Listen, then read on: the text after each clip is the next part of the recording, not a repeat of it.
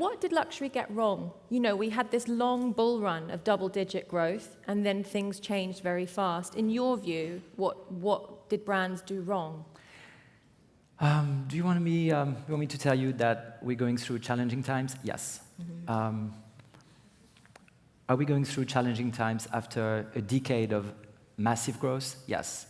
Can we call part of this normalization? I think we should. I think we should relax a bit and consider that the growth we have had was extraordinary. And not sustainable? It was extraordinary. And not sustainable.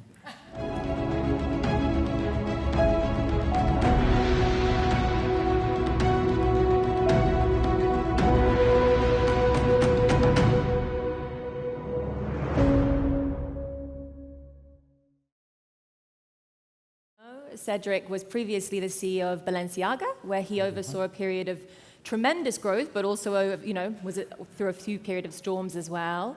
But we're here to talk about Saint Laurent, really. There's lots to talk about, whether it's how to grow in the current climate, what your new boss, Luca De Meo, is like, and, of course, some questions for you guys as well, so please send them into the iPad in good time. I think it's probably worth starting with Saint Laurent in terms of what are the foundations of growth for a brand like Saint Laurent? What do you have maybe that some other brands might not have had in the last few years? I think at Saint Laurent, the key reasons why we've been successful and the brand has been successful on the long run is maybe because of the creativity of the house and also the relevance of the house. Those words I used a lot, I appreciate that. But I'd like to explain how we define creativity and relevance at Saint Laurent. And it goes back to 1961 when the young Yves Saint Laurent, young, he's 25 years old, he's a very young man, decides to create Saint Laurent the house. He didn't want to build an empire, he didn't want to build a mega brand, he wanted to express himself, share his vision. His intention was creativity. So as a brand, we have inherited creativity as a beginning, as a starting point. This is who we are, where we're coming from, and also where we're growing. Saint Laurent is a creative-driven company. I think it's important to explain that. Also, from the very beginning, same when Saint Laurent started his collection, the first look, the first shows, everything was about codes. And not many houses, not many luxury brands or brands nowadays have codes. Saint Laurent almost invented ready-to-wear, though, right, in a way? It did invent ready-to-wear. But what's great about this is it started to have codes on the garments he would do, the show he would put, the campaigns, the aesthetic, even the attitude when you wear Saint Laurent. It's almost a code. It looks and feels like you are Saint Laurent. It's a code. I think this is very important. And the codes have been reinvented by the creative directors, and they made them alive, they made them fresh, they made them vibrant, but they always start and they always tie back to the very beginning of the house. Lately, Anthony Vaccarello, Anthony is with Saint Laurent now 10 years, has been doing this in an impeccable way. It's a very impressive trajectory from a creative standpoint. Now, you say, why are you successful on the long run? I explained about creativity. I'd like also to talk a bit about the relevance of the house. Saint Laurent, when it started with Pierre Berger, was relevant in the first place. He understood the shift of what women wanted to wear. He gave them jackets, tuxedos, saharian. He would dress men the same way he would dress women, or women the same way men would dress, treating them equally. He would also consider the shift of his time, looking at this and say, I'm doing couture, but ready-to-wear is coming next, and I want to be part of that. So he was the first one, as you said, to participate and being the leader of the ready-to-wear while doing couture. And that was a big shift because it was about having women buying the clothes with the money they earn as opposed to the money they were given. It was about empowerment. It was about making them more independent. And I think this was very, very striking and relevant. And we have also inherited that sort of mission to be relevant. And with Anthony, what I could see in the past 10 years, what has been done and why this has been successful is maybe because the brand has been able, and he has been able to push both narratives, the one on fashion and the one on culture and relevance. I think this is quite impressive. We touched on this a bit this morning when I was talking to Tom Brown, and we talked about how, the last decade of this industry has been so rooted on change and constant newness, but actually, suddenly to be consistent and recognizable and distinctive is very valuable. You've had as creative director for 10 years. That is very rare in this business. So, is that something that's a real, benefit to you, I guess, now, especially in terms of product? I would say so. I think also 10 years is a journey. The Anthony of the beginning and the Anthony of today is quite different. But where we get now and where we have arrived in terms of how the brand is solid and how the identity is clear and defined, I think it's quite of an achievement. And I feel believing in consistency doesn't hurt. I think it's important to deliver the right message, and once you found it, to keep repeating and being disciplined about your creativity, always being brand right and coded vis-à-vis the brand. I think it makes sense. You've been in this role for 18 months now? Yeah. About that. So, we can dig into sort of some of the broader challenges facing the luxury sector in a minute. But for you, what have been the focuses? What are the priorities in terms of growth? You were earmarked at the Caring Capital Markets Day in Florence as a key engine for growth. No pressure there. What are sort of some of the core ways that you're going to try and get that done? Before entering into the focus of where we want to go and what we will do about this, I'd like to share with you that my first focus and what took the most energy for when I joined at Saint Laurent, was about people. I know it sounds a bit cliche, but building around yourself and around your team the best people in the industry is the number one key for me to success. So making sure you've got the right people on board that are committed, that are all very talented. Have you been hiring new people in then? We've been hiring new people, we've been working on the organization, and what's important is to make sure that you equally focus on the creative and the executive, because this is, again, about Saint Laurent that is going to be pushing the two, the commerce and the creativity, so the two need to be very successful. So that took a lot of my time and a lot of my attention, also in a moment where things are challenging. So I think it's important to make sure you've got the right system in place and the right people to lead the change and solidify and magnify Saint Laurent. But then we have a couple of areas of focus for us to grow. There could be areas where we want to improve, we want to grow, or we want to change. One of them is Asia. The brand has been and is a bit Western-centric when it gets to its touch points and communication and sort of how we behave and who we are as a brand. Is a bit of a Western-centric brand. What does Asia represent in terms of sales at the moment? It's below the fair share that I should be. Very strategic. It's below. It's below. So no question, we can be better. I think the most important part is that if I look back at what Saint Laurent has been doing, we could tell our story in a better way. I think it's important that we bring the narrative of Saint Laurent to Asia and we explain ourselves very well. Also because I feel the brand can really resonate extremely well with the Asian audience, and at the moment we're not completely there. So we will roll out our new store concept wherever we have been doing this, like in the Sanlitun store in Beijing or the store we have opened in, at the end of 25 in Hong Kong in Landmark, have been extremely successful, growing extremely well and being where we want them to be. So rolling out the store concept, making sure we also focus on Tier 1 and Tier 2 after years of expansion in maybe Tier 1, Tier 2, and Tier 3 cities. Also making sure we have more impact locally, as the brand needs to resonate worldwide, but also be more relevant when it gets to the local market. And just be more focusing on Asia overall. Within the next 12 months, we're committed to do a big brand activation to explain ourselves, express ourselves, and start a new chapter in Asia. The second areas of focus of mine would be men. Mm-hmm. The men categories at Saint Laurent. Here again, I won't disclose numbers, but you preempted my question. Okay, but they're a bit subscale, let's say, and it's a bit of it's below expectation. While Saint Laurent resonates a lot with the men's categories. On this, we'll keep the pace of 2 men's shows a year. We'll make sure we get more space for men in our store. The stores are very much women-driven at the moment, so we'll make sure real estate and retail square meters are also more dedicated to men's. We'll also push on the influence and the impact we can have through ambassadors and communication vis-à-vis men. So that's the second part. And the last part we have as a focus as a brand will be about our client. And I could have started with that, client first. Here it's very much about two things. The VICs and other areas where Saint Laurent is a bit underpenetrated and where we could do a better job. And on this, I think it's important that we catch up somehow.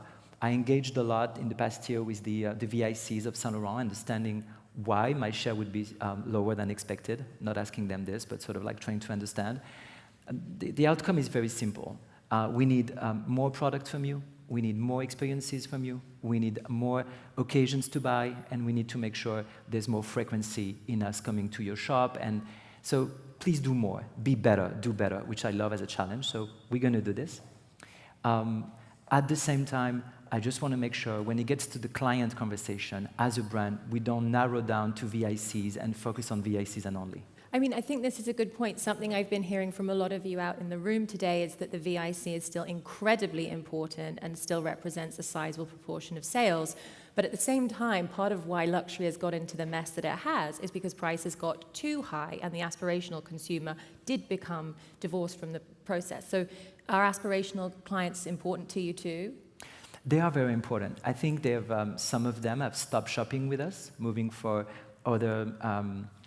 other focus or maybe less income, and I understand and appreciate that. I also feel as a brand that we haven't done the best we could do. When you're VIC, I know who you are, where you live, what you buy, what you want to shop, what you bought in the past week or 12 months. We have all eyes on you, and we will do even more. But when you're not, what's happening? It's called one too many, it's called CRM, and then you disappear. I disagree. We collectively disagree at Saint Laurent. I feel we should be treated, all of our clients, as VICs. While entering a Saint Laurent store, whether you browse, whether you shop, whether you wear the brand, whether you buy or you don't even buy something, you should have an experience that's top-notch. That's what luxury is about. And I feel we've been a bit confused about this, and we need to fix this. We need to be better. I guess given you've been in this business for such a long time now, not to age you, but a couple of decades. What was that? At least. What did luxury get wrong? We had this long bull run of double-digit growth, and then things changed very fast. In your view, what did brands do wrong? Do you want me to tell you that we're going through challenging times? Yes. Mm-hmm. Are we going through challenging times after a decade of massive growth? Yes. Can we call part of this normalization? I think we should. I think we should relax a bit and consider that the growth we have had was extraordinary. And not sustainable? It was extraordinary. And not sustainable. You got that. But it's important to say that now things have normalized. There is a sort of a new, let's look at things in a very calm way. As I do believe things have changed, but not that much. When we look at what you do and you look at the results of this, you should question yourselves. Am I doing the best possible job?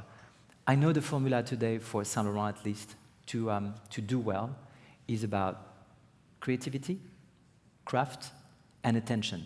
Attention became a currency. So if you manage to combine the three, the creativity, the craft, and the attention, you get to a level of desire that's unprecedented. And let me tell you straight, some of the products we have at Saint Laurent don't only do well, they sell out. It's sold out. We don't have enough of them. The appetite for the brand, the appetite for the product we launch is massive. And at the same time, you have brands or categories or product that simply don't do well. So there's something as a brand and as a leader, we should do better. So our offer and product and interaction are all crafted, creative, and have attention. And if we don't, well, it might not work. This is what I think. There's another thing I'd like to share, is about the quality component. Everybody talks about quality, so I should. I also believe quality as, let's say today, no quality, no luxury. in the past, a product would sell because of its price point, because of the fact it would be on trend or luxurious. If there is a product today that does not have the right level of quality, it's simply not going to work. I believe clients are way more educated about quality. The expectations became much bigger and much higher than in the past, and the quality has won over luxury. So I think we all play within a quality business, quality industry, as opposed to luxury. I think this is very important. Another thing that I'd like to share is also, at Saint Laurent, as much as I believe we're in this luxury industry that has shifted towards quality, we're also in the look and feel industry. When you wear something from Saint Laurent or where you enter the store, I mean, when you have it on, let's say, it's very much about how you look and how you feel. And I think that's very important because it defines how we should react and interact with our clients. The level of expectation for client is extremely high. And if you question yourselves right on, am I providing at every level the best I can do, I think we're going to be successful. So, in short, a lot of questions I think the brand should ask themselves. I'm asking myself and the team. We're constantly looking at making this just better, and it'll be all right. Florian this morning was talking about heat, hype, and hit, and that being the magic formula in terms of success. We have seen one example of that so far. Maybe there will be others, but it's very tricky to get to that dynamic. You previously were at Balenciaga, as I mentioned. You definitely had a period where those three things collided. But you also, as I said, had a pretty tricky time, particularly reputationally. So what have you taken from that period at Balenciaga, overseeing that growth, that you can now apply to Saint Laurent? When I joined Saint Laurent, I spent a lot of time thinking of what I should not be doing. And I think when you change job and when you enter a brand like Saint Laurent, there's one thing you should be very clear about. There's no space for copy-paste. The brands are different, their identities are different, creative directors are different, time has changed. So it's very hard because I think it's a human thing. When you've been doing something, you want to repeat. And I think this is not the mission and it's not the mandate here. So there's no space for copy-paste. Said that, I've learned a couple of things, and there are things that have shaped me and sort of made me who I am. And I'm happy to share. The first one is the belief part of it, the fact that I genuinely and sincerely believe that if you believe in what you do every day, if you believe in the vision of your brand, in your project, if you committed to it, it's very important. Because if you're not, you don't inspire others, and it's just doing the job for the outcome as opposed to making things because you believe in them. I think the belief part is very important to me. The second part is the collective intelligence. You can be very smart, you can be the smartest in the room. I've met people that were incredibly intelligent. As long as they want to work alone, it doesn't work. I think running a company is like a team sport. Funny enough, when Luca De Meo joined Kering in September in 25, he came and it was a room a bit like this, and he grabbed the leadership team and he said, "This is my vision, this is who I am." He presented himself. It was quite a nice meeting. In the first 10 minutes, I think he said team sport and collective intelligence maybe 5 times, which for me resonates a lot. I think it's very important that we're on that same alignment. Yeah, exactly. And the other thing is about action, doing things. I've learned at Balenciaga, in the highs, in the lows, it's very much about what you do about something, how you navigate through the obstacles and the highs and the lows, what you do about them. I think this is so important. I believe in steps, whether they're baby steps. It can unlock potential, and it can unlock things in a way you don't really recognize. I used to think, and I was a fool, should you do something that's a success, you are successful. But I've learned my lesson. If you fail on something, you're a failure. It doesn't work like this. It's very much about the things you do about things in your life, in your professional lives, and what's the impact you have on people linked to your action as opposed to being still and, yeah. You touched there on your new boss, Luca De Meo, who obviously joined Kering last year and has a very daunting task ahead of him in terms of a turnaround. As you will all know, De Meo is an outsider to the luxury industry, so there was quite a lot of interest when he was hired. What's he like? Luca was an outsider. Oh, but you've converted him already. I mean, he converted himself. Let me tell you. I've seen his Instagram, so I know. He knows a lot. He knows a lot. I think he's very quick. He describes himself as a brutal. That's what I read when I discovered my new boss. I was like, okay, what is he like? Brutal. I would. They don't say that about you, Rula, I promise. I would see him more as someone that's direct and decisive. Luca is the most direct person I've ever met, and I'm pretty direct myself. Do we think luxury needed more of that, directness and decisiveness? Yes, yeah. Yes we do. Yes we do. I do believe so. There are nuances, don't get me wrong. There are things that you can also understand in multiple steps, but Luca is very direct and very decisive. And I think this is great. Or maybe he's like this because he wants me to be like that. I don't know. Luca is also someone that is a leader, but he's also a sort of, how can I say, someone that would encourage you, train you. Okay, I'm going to say, don't quote me on this, but you're going to quote me on this. This is sort of impossible. But he's like a gym coach. Okay. He would say, he knows how far you can run, how fast you can go, how high you can jump, how many reps you can do.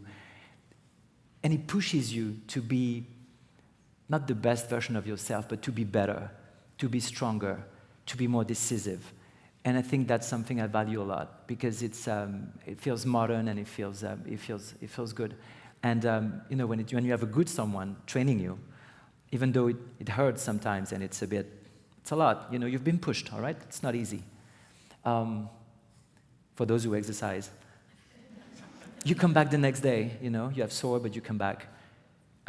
So I appreciate that. Yes, that's about Luca. That's what I can say. Yes. Interesting. I'm hoping we can get him here at one point too.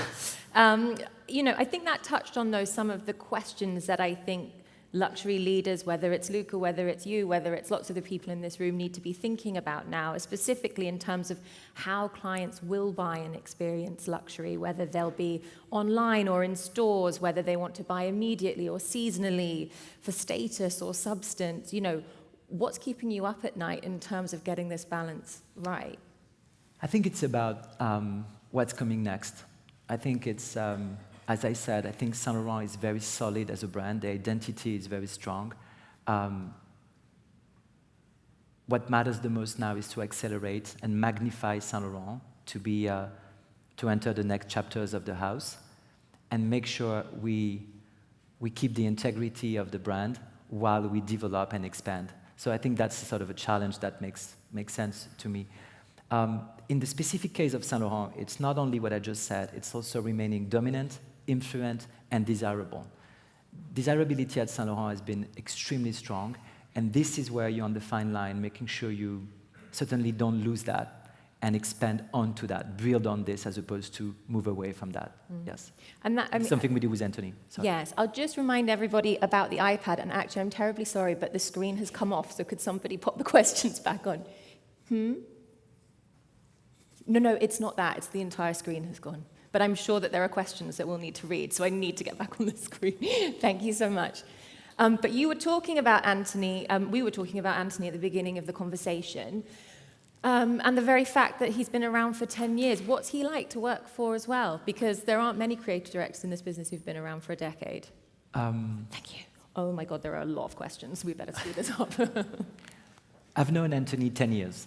Because I was at Saint Laurent when he joined for a very short period of time, and I'm happy I'm having the opportunity to be working with Anthony again.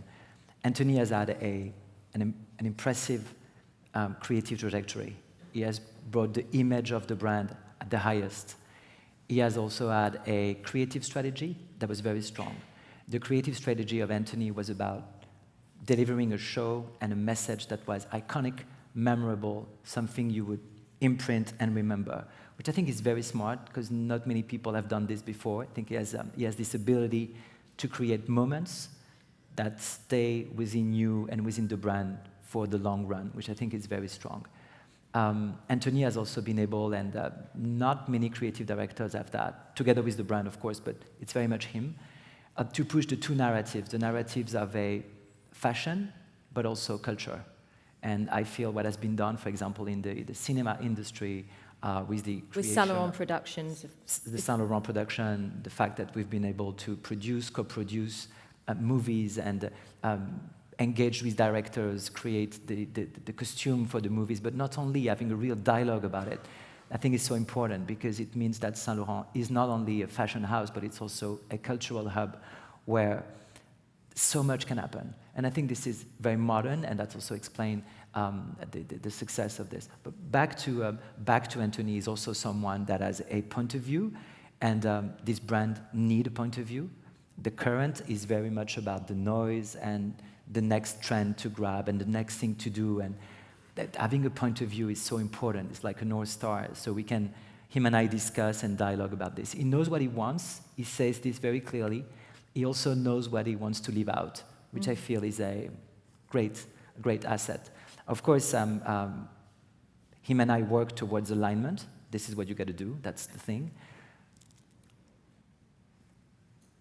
Sometimes you need also to have conversation and dialogue where you don't necessarily agree. But where we agree, him and I, is on the fact that we should not make any decision or make any compromise that will compromise the brand. And I think that's a very important part of our relation. He's a very interesting character because he does. I mean, there's been 10-year anniversary around his tenure, but also he's relatively low profile, which I think is quite an interesting dynamic as well. I think he really lets his design sort of speak for himself, and there's other brands that have to juggle a much higher profile. Okay, so there's quite a few questions. I quite like this one, so you might not like it so much, but when I think of Saint Laurent, I think of the stiletto and the biker jacket. But there is a conservative wind blowing around the world. Female power doesn't necessarily feel as in fashion as it used to. How do you navigate that? Well, leather jacket and stilettos are extremely successful at Saint Laurent, so thanks for noticing.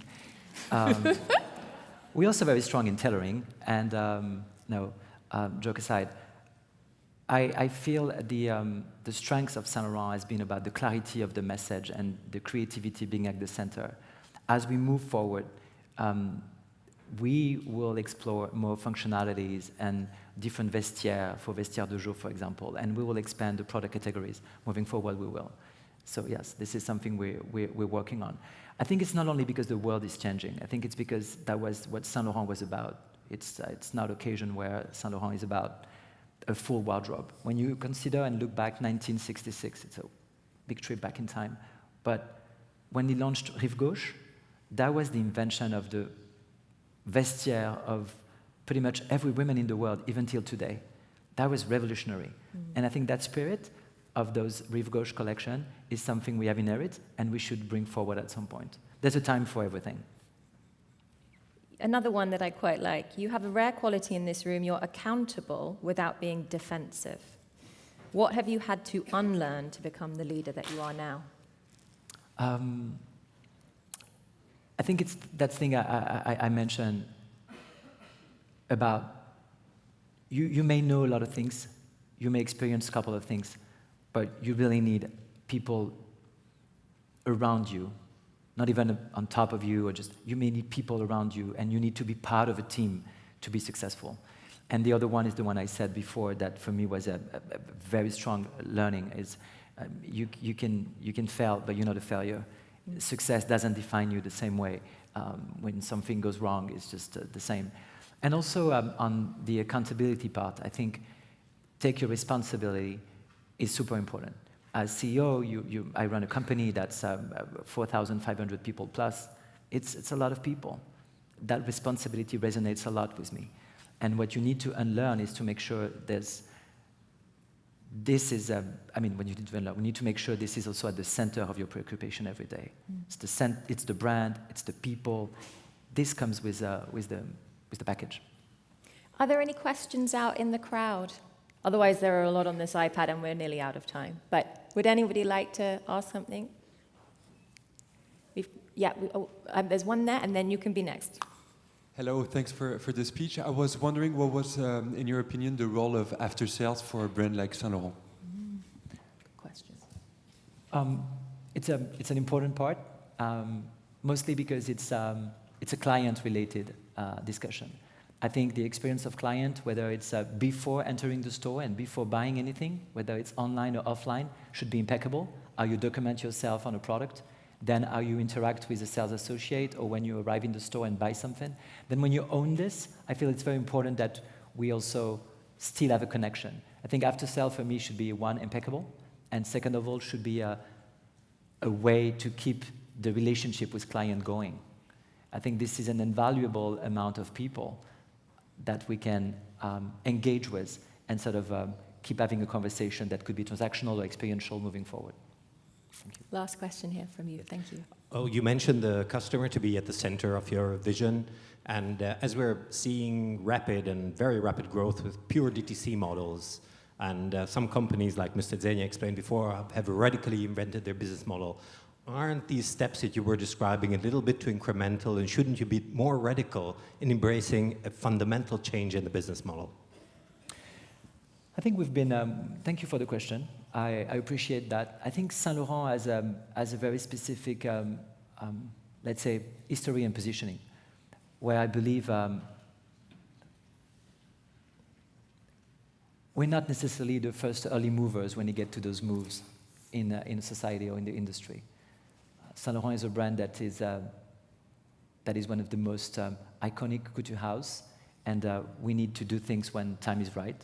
And I feel we still have a lot to do with the management of our client in terms of recruitment and in terms of making the database grow as opposed to change model.